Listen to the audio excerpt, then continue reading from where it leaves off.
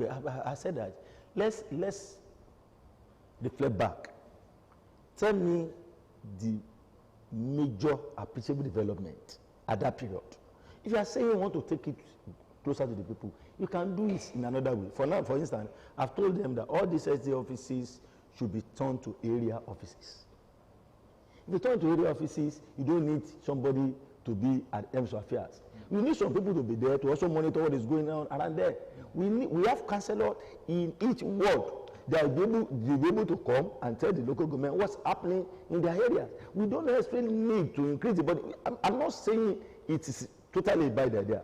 I'm saying Ogun State is not well funded enough to be able to sustain it. So the sustainability is what we are talking about. It's not definitely, definitely as a position. That means if you want to make me to have 57 chairmen, that means people that struggle for us in this government, about 37 we will still come on board. It's better for us too. But we are saying that how this is telling on the finances of local government, and there's no way we can sustain that. I know some what they do is to pay salary, no more no less. You cannot compare them to when we have just 20 during Chief Olusegun administration, during OGD administration. I know that Sheruba built Chapon. He built Ashero. Kampala Market. He built Kampala Market. When the administration came on board, built all this open store in Tuku. We did. I was part of that government. I'm asking, during those periods, let local government point at a look. We are all here in Abeokuta. Most thing that we have seen in Abeokuta is Omida, it took up a state-funded project. Can we point to one from local government? And we cannot continue that way. We need a new lease of life. We need a better local government administration. So that is why I'm not saying it's not totally by the but Lagos is doing it. Lagos will get enough IGR to fund the local government.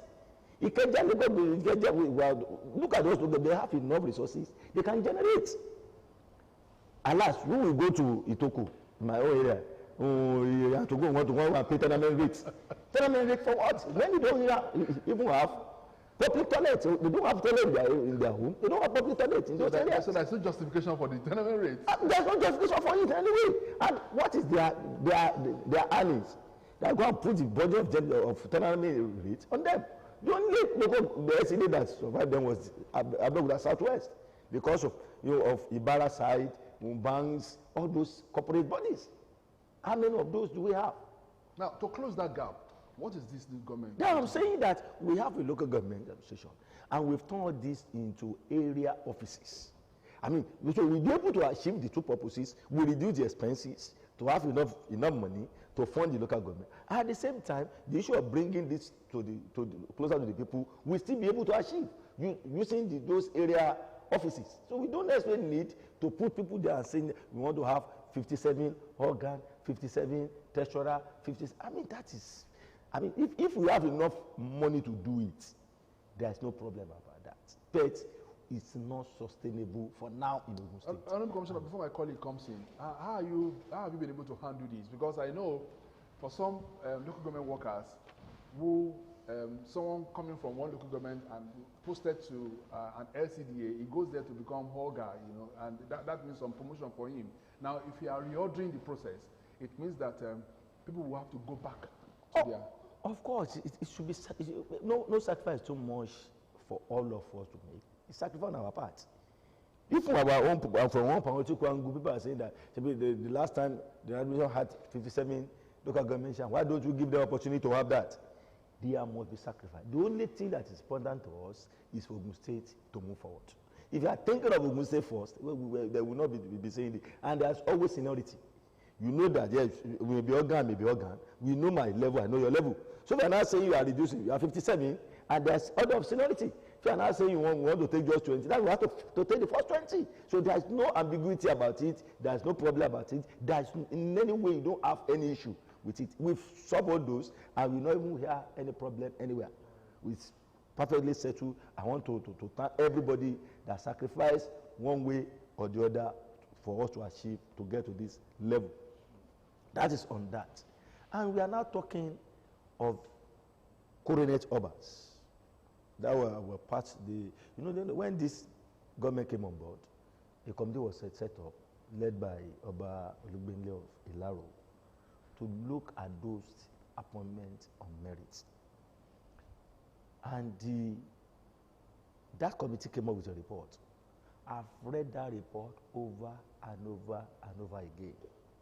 And I know that if you want sanctity of this institution, if you want the respect for that institution, we need to be political. We don't need to mingle politics into it, because government, that institution has been existent before local government administration. Now, what did you observe from your study of? I will get there. Okay. I'm just doing that as a background. Now, when I look at those reports, there are procedures. I look at it one after the other. There's no one that don't miss one procedure or the other. You are saying if you are going to this place, you must take 5 steps. If you jump one, you've missed it. So there are a lot of procedure. There's a procedure that saying you want to move from ballet to this. You must spend some years as ballet. There must be some development in your area of ballet. Some have not even spent up to 2-3 years as ballet. They want to be coronet obas.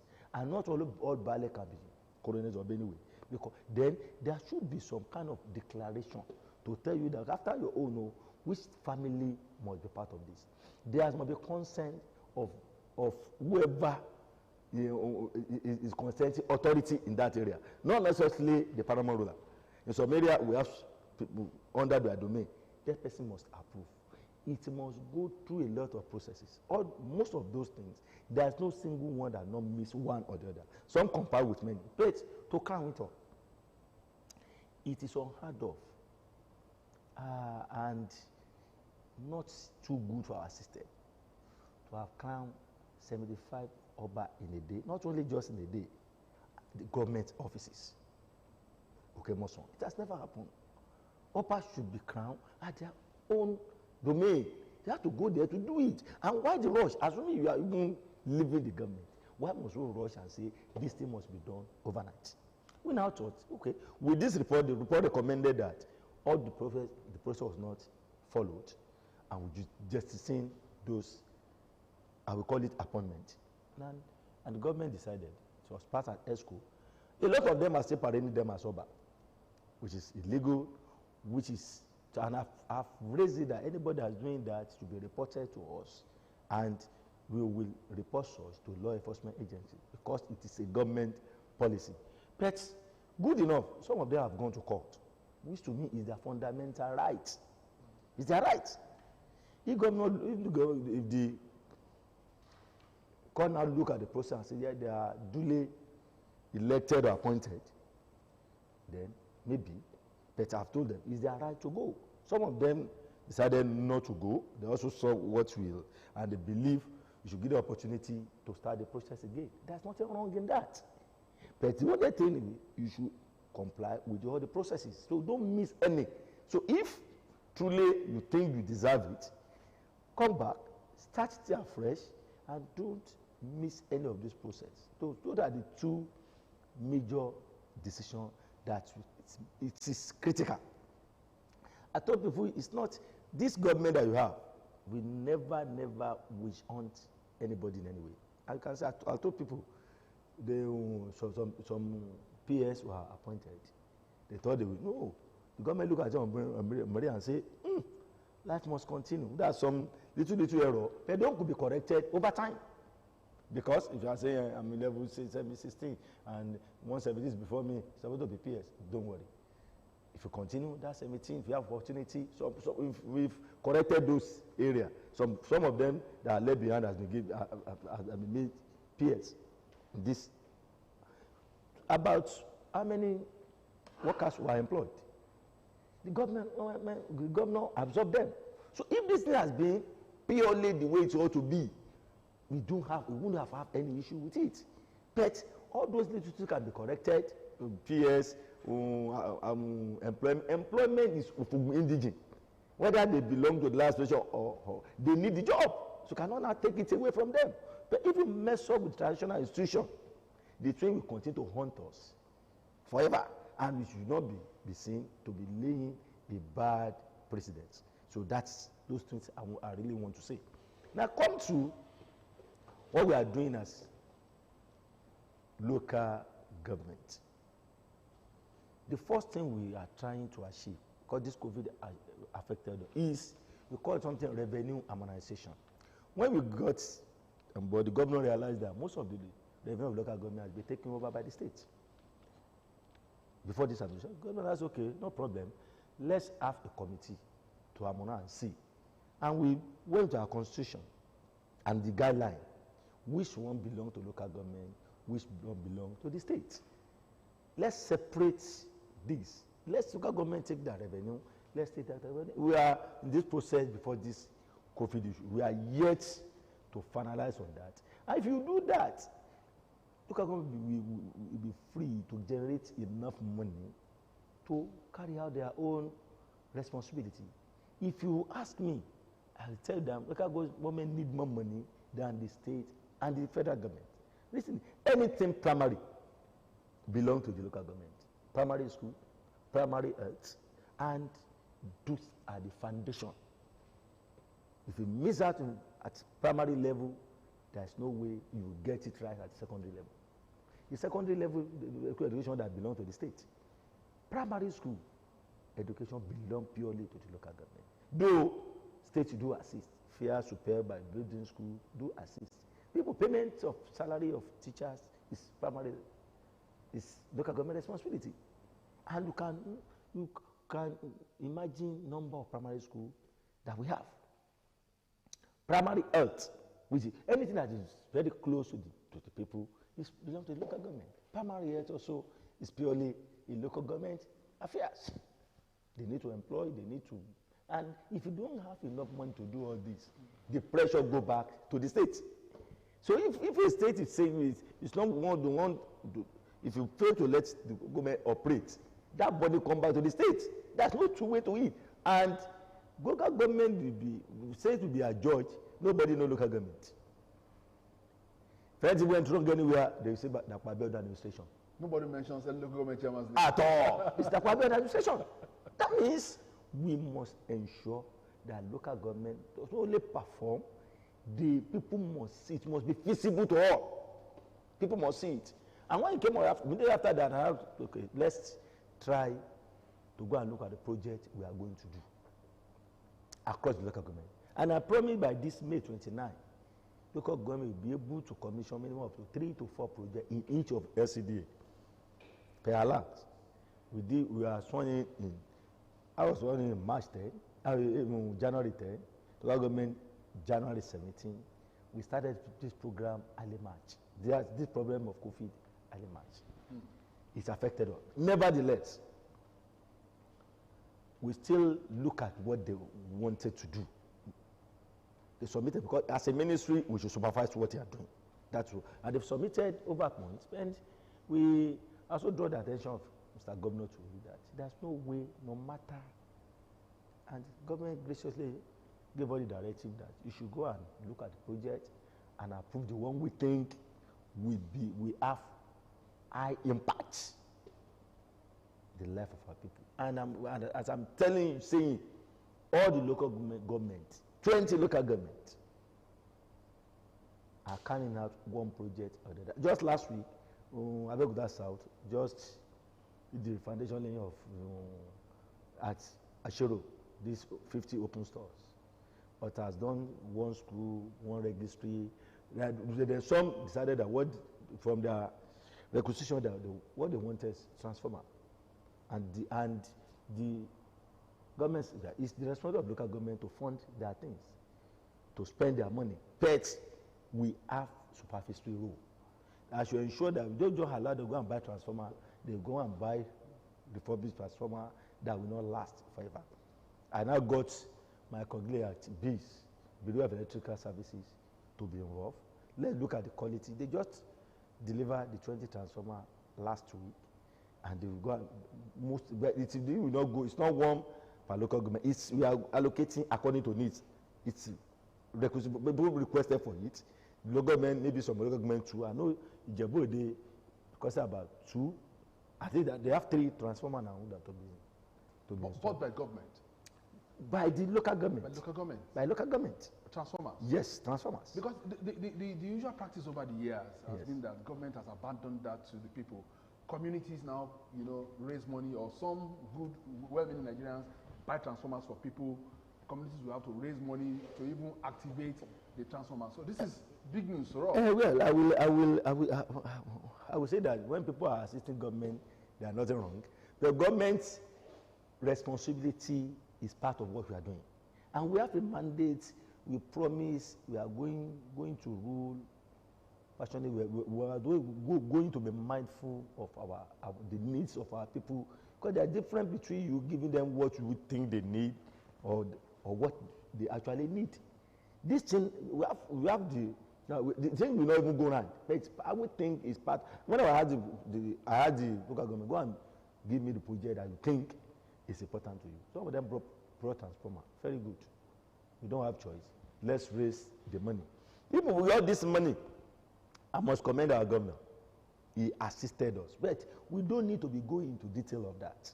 Because like I said, local government, it's like if you have a son and the son cannot feed, cannot make ends meet, it's still part of your responsibility. So he assisted us financially. But I don't want to go into detail of this, of that. But I know that we want local government to function. We want local government to perform. They're already performing. In the next few weeks, you'll be seeing me moving from one local government to another to be commissioning projects. It should be feasible to all of us. And that's why I said we cannot just allow all the money to be paying salary. We cannot. We will not be able to get there. So we are doing all those. Then the ministry have decided that we must have, if I get the office now and I open my mail, what I will see is litigation upon litigation on chieftaincy matters. I said, if you are allowing this to be going, I'm recommending to the ESCO, because it's supposed to have also have presented my roadmap because of this COVID, that there need for us in that ministry to even first and foremost have legal department. We need it. You don't need to be waiting every now and then for us to solve issue. Then we're also looking at setting up a committee for alternative dispute resolution. You don't need to be waiting to be going to court every now and then to solve problem. We should be able to call our people together. The people that are fighting, whether we like it or not, belong to us. They are our subject. And we should be able to name something in the board and say, no, this, you don't need to go to court over this. What are the issues? That, okay, this is okay. This is what we think. We should be able to judge. We should be able to settle things among us. Those are the new things I think I'm trying to introduce. Lastly, I'm also looking at e-library. So a lot of people come to us and say they want this law that they're getting chieftaincy law. If you have e-library, we pay some token. Go to the library and search for it on yourself. You don't need to come and be burden us. You don't need to give burden to us to be looking at. No. If you have e-library, which in the offering we are planning it, if you haven't that, I will arrive with the technology in government. So say if you have that, as a lawyer, you want to advise for a copy or something, you want, just come to the library, pay little, sit down, just use the system, you get all the information needed. So we need to make this thing easier for people to do. You don't need to, at times we'll be telling they want what has been done in the 70s. You need to go and be looking for files. We cannot, this era has gone beyond those, and we cannot afford doing that. I've told them, we are working towards that. Because I think we have presented my roadmap at ESCO. Maybe I've got approval for most of these things, and we'll have done it. All those things are in pipeline, and we think we are trying our best to serve our people, and we continue to serve them. Now, talking about COVID-19 and the performances of the local governments, we know that during the COVID-19, or when it actually began, and then the restrictions were placed, the government came up with palliatives, to be distributed, and then we understand that the government made use of the local government as channels to get into the people.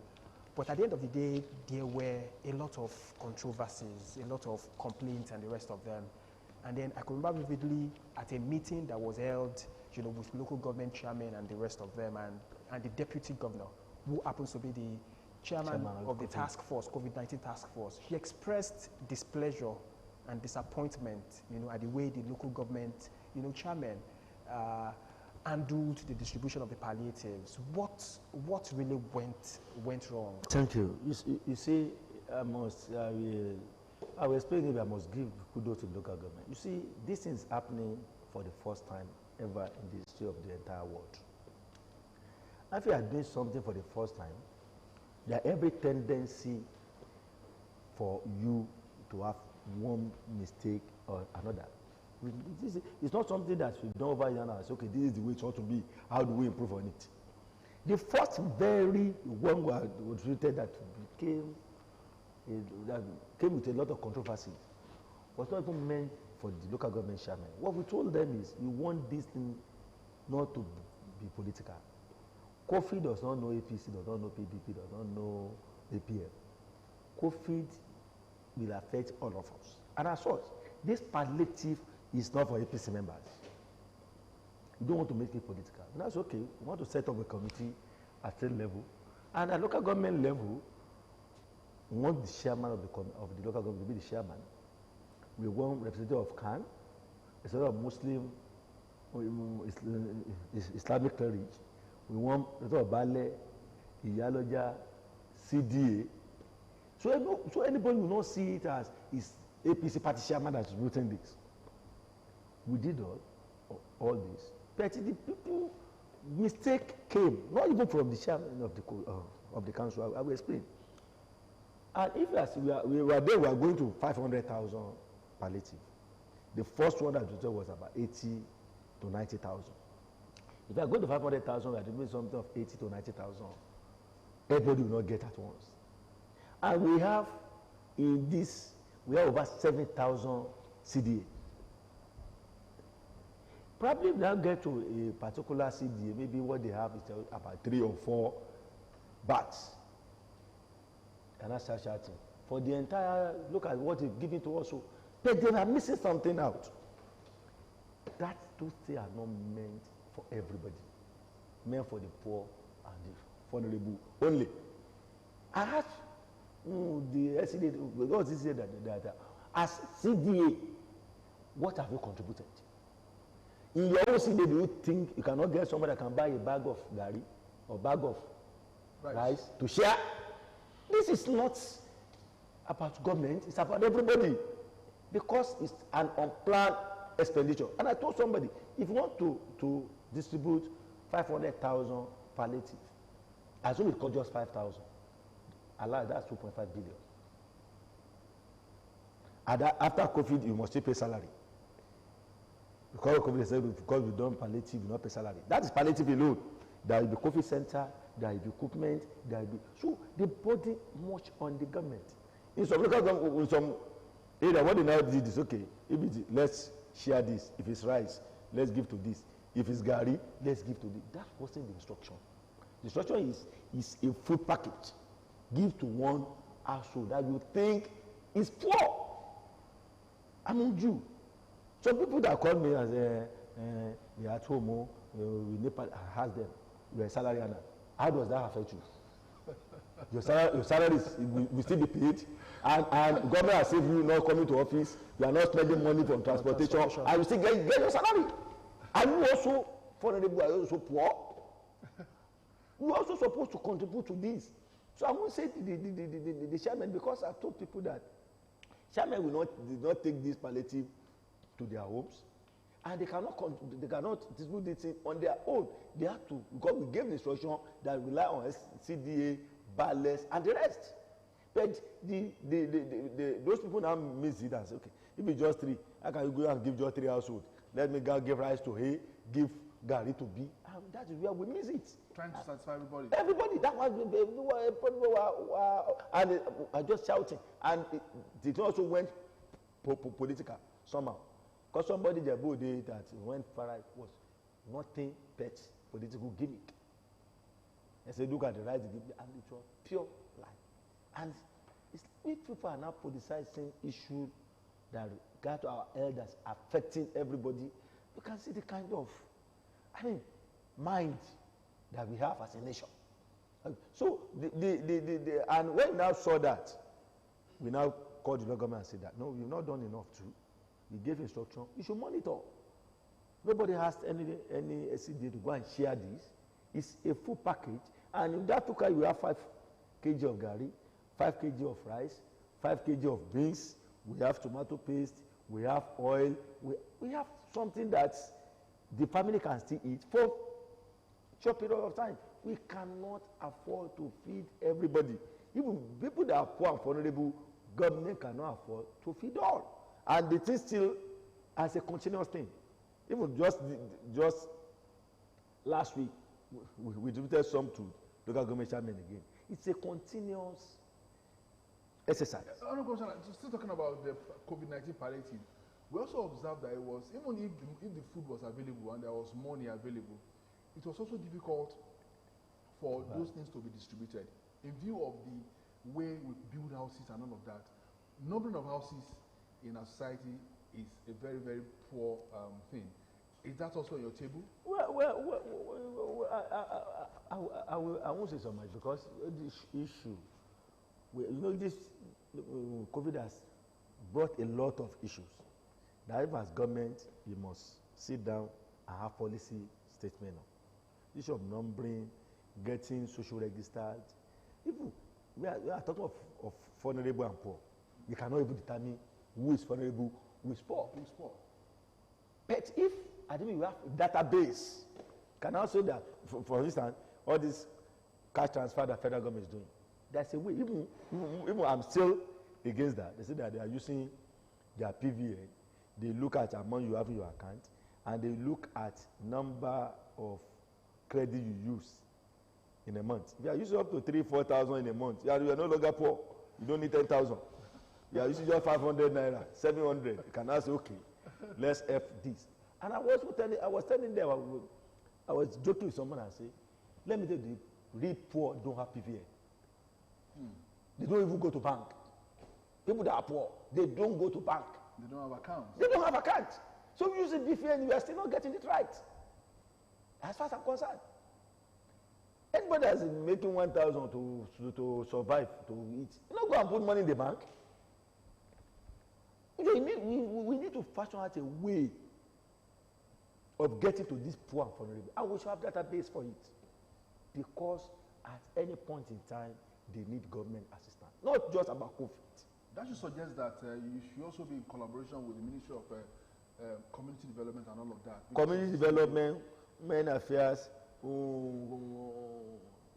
what's the special duties, local government, is interministerial. We all must work together. We must have social register that's verifiable, that be able to know truly these people are poor.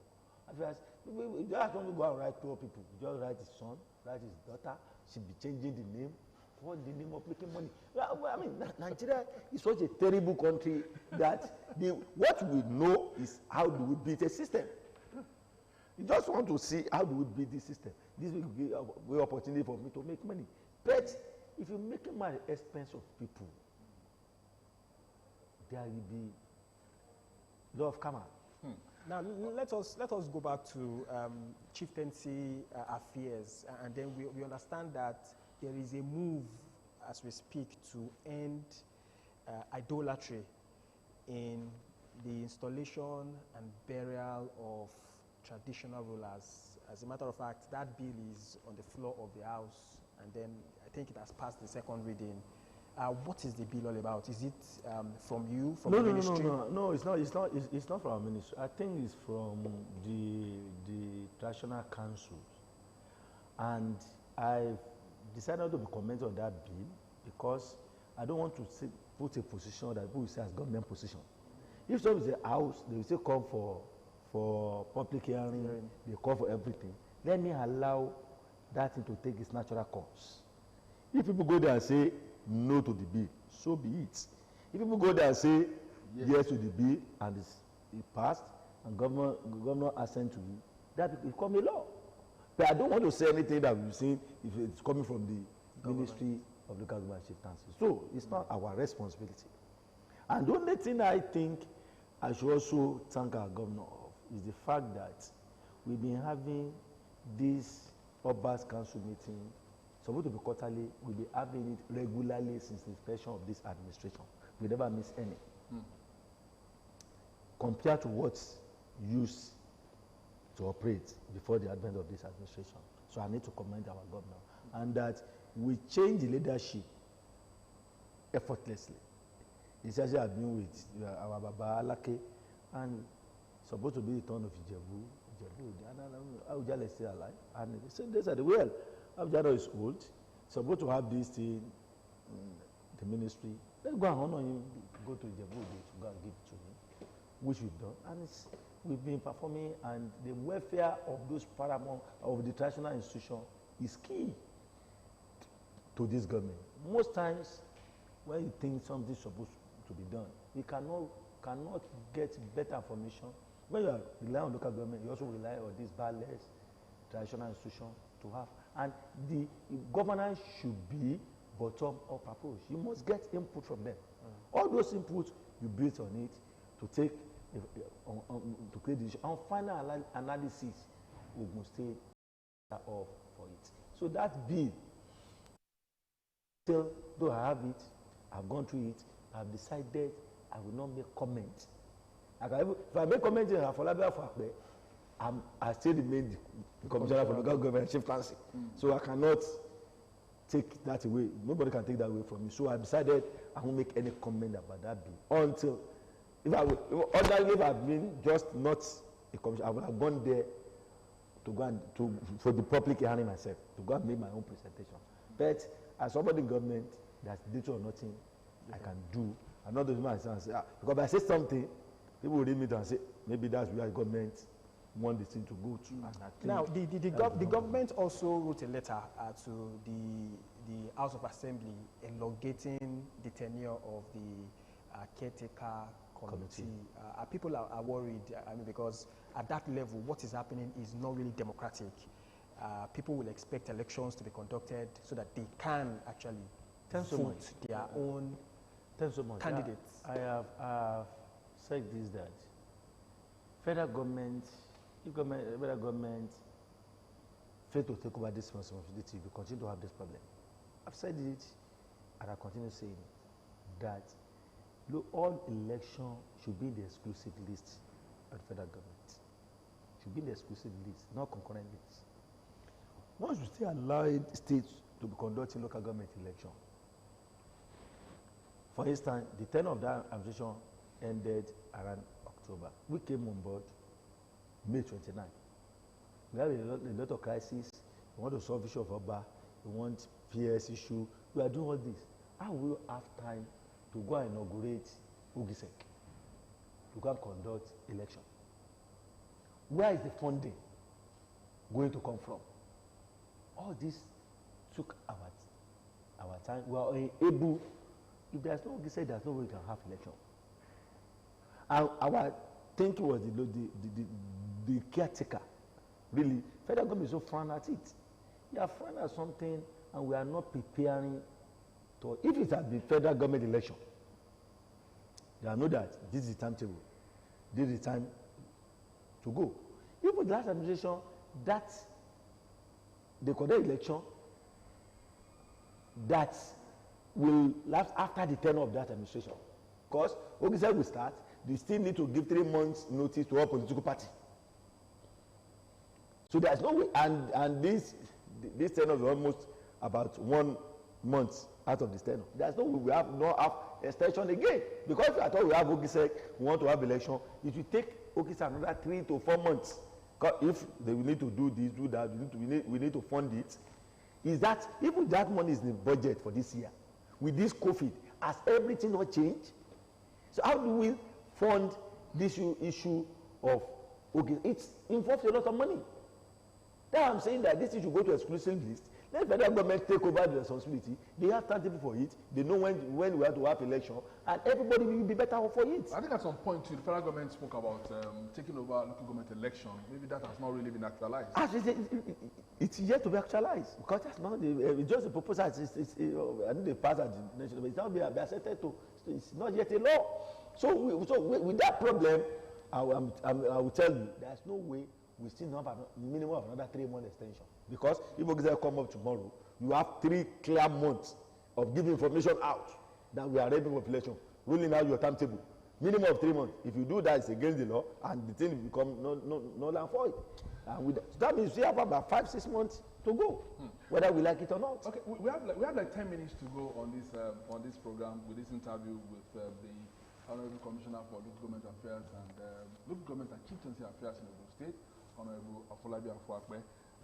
We'll be looking at the achievements of his ministry in the last 1 year, and then we've also looked at a whole lot of issues that surround the governance of Ogun State. As a closing, Honorable Commissioner, should we say that you are lucky to be, Commissioner for Local Government and Chieftaincy Affairs under this administration because of some things that the current government has done to help local government operation? Primary school rehabilitation is going on. I think we understand like close to 100 schools have been rehabilitated. Healthcare, primary healthcare centers, 20 will be rehabilitated, and all of that. That makes the job very easy for you, isn't it? Well, let me say, I'm not just as, if you are saying that, if the Commissioner for Education is saying, will be lucky. Commissioner for Health will be lucky. All of us that are working with President Afolabi, we are very, very lucky. We have a listening governor. We have somebody that's so compassionate. Somebody that knows what he wants. Somebody that painstakingly takes decisions.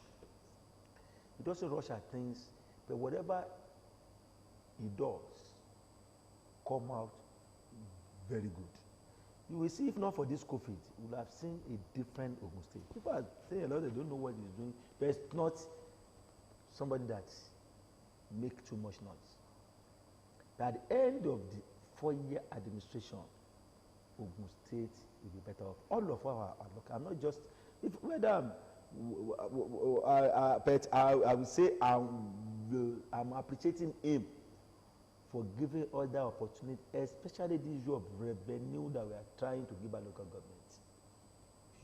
If once that is achieved, a lot of problems will be taken off my neck, a lot of things will take off the neck of the state.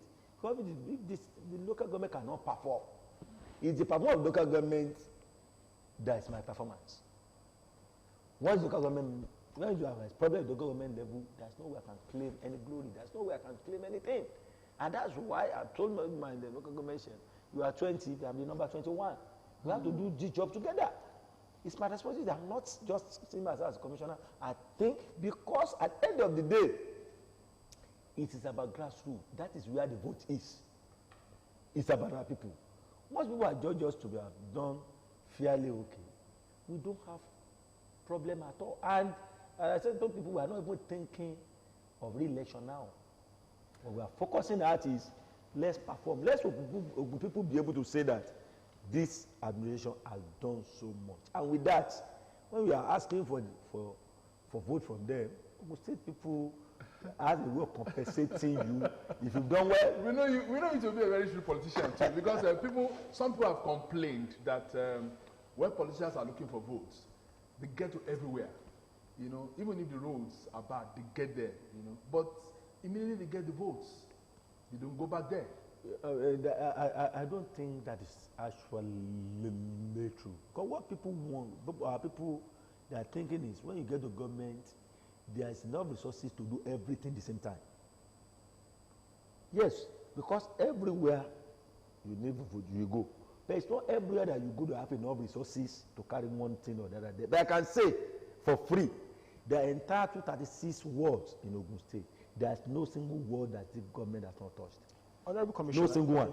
Whether you have primary school, or you have a center, or you want to have transformer now, you want to have borehole, there is no single word that this administration has not touched. If you continue like that, I think Ogun State will be better off for it. Now, what do you really have in mind as to solving the problem of open defecation in Ogun State particularly? According to a recent survey, out of the 776 local governments that we have in Nigeria, just I think 4 or 5 are free from open defecation. And then we all know what open defecation can cause, how dangerous it is. I mean, diarrhea, cholera, you know, we have no less than 100,000 children who die yearly as to, you know, all of these. And Ogun State is also involved, affected. What really are you doing to ensure that we have toilets, you know, in the nook and crannies of the state? Look at most schools that we are building now. You never approve anyone without toilets. We don't, because we've gone beyond that. Even part of the project that I will understand is something in Isalejeun, they want to get they are building a public toilet there, and I ask myself, if you are still asking for public toilet in an urban city, Abeokuta South, you can imagine what happens in those areas. I understand what you are saying. The challenge is there with us. It must be solved. I'm particularly advocating for total rural development. For one reason, I told people that have you ever looked at, you know, I'm into academics. I carried out a research one day to say, why are we failing? Why is our performance dropping in external examination? Why, whatever. We discovered that even in the urban area, people will pass the exam. In the rural area, unless they have special arrangement to the rural area, they will fail. I would ask them, we don't need further research to know the reason why. In those rural areas, they don't have alternative to education. There's no private school in any way. All the private schools are in the urban. We have those problems. How do we go about this? We are saying as a teacher, if you don't go, we will sanction you. That is just push factor. You are just forcing them. There should be a pull factor. So if you go there, you have 3-bedroom apartments to yourself. There's electricity, there's everything. So when people in the town don't have electricity, you have them. You will be willing to go. You will be willing to go. Those days, they will go. When they go there, they give them yam, they give them gari, they come home with it. Nobody will give you gari in village now because they don't have enough. So we need, and that is why I've talked with Education Ministry. I think there is this rural allowance with us, but we need to be refilled. We need something that will encourage people. We need something that will discourage urban people coming to urban center. We need to go back to the business. We need this. So this education, or if you are still having problem and the town, in the urban, that means we have a lot of problem in the rural areas, which we think we will try our best to solve it. It's not something we do overnight. We'll continue to try. Honourable Commissioner, we must thank you so much for coming. Well, looking at your achievements, I mean, just like you have rolled out for us, conversion of LCDAs to area offices, you know, resolution of appointment of Cronet Obas, e-library, legal department in local government areas, and of course, alternative dispute resolution initiative that I also bring in. All of this, by the time we bring you back, maybe after some few months, are you assuring us all of this will be on? By let's just pray this, but we could fit to just leave us alone. You must thank you so much for coming. Best of luck. Thanks so much. We'll be hosting the Commissioner for Local Government and Chieftaincy Affairs in Ogun State, Honorable Afolabi Afakwe. He's been our guest on today's program, and we thank him so much for coming. We also thank you so much for watching, and of course, on behalf of my colleague, Dominic Agbeya, I'd like to say bye-bye and catch you again next Monday. Thanks so much for watching us.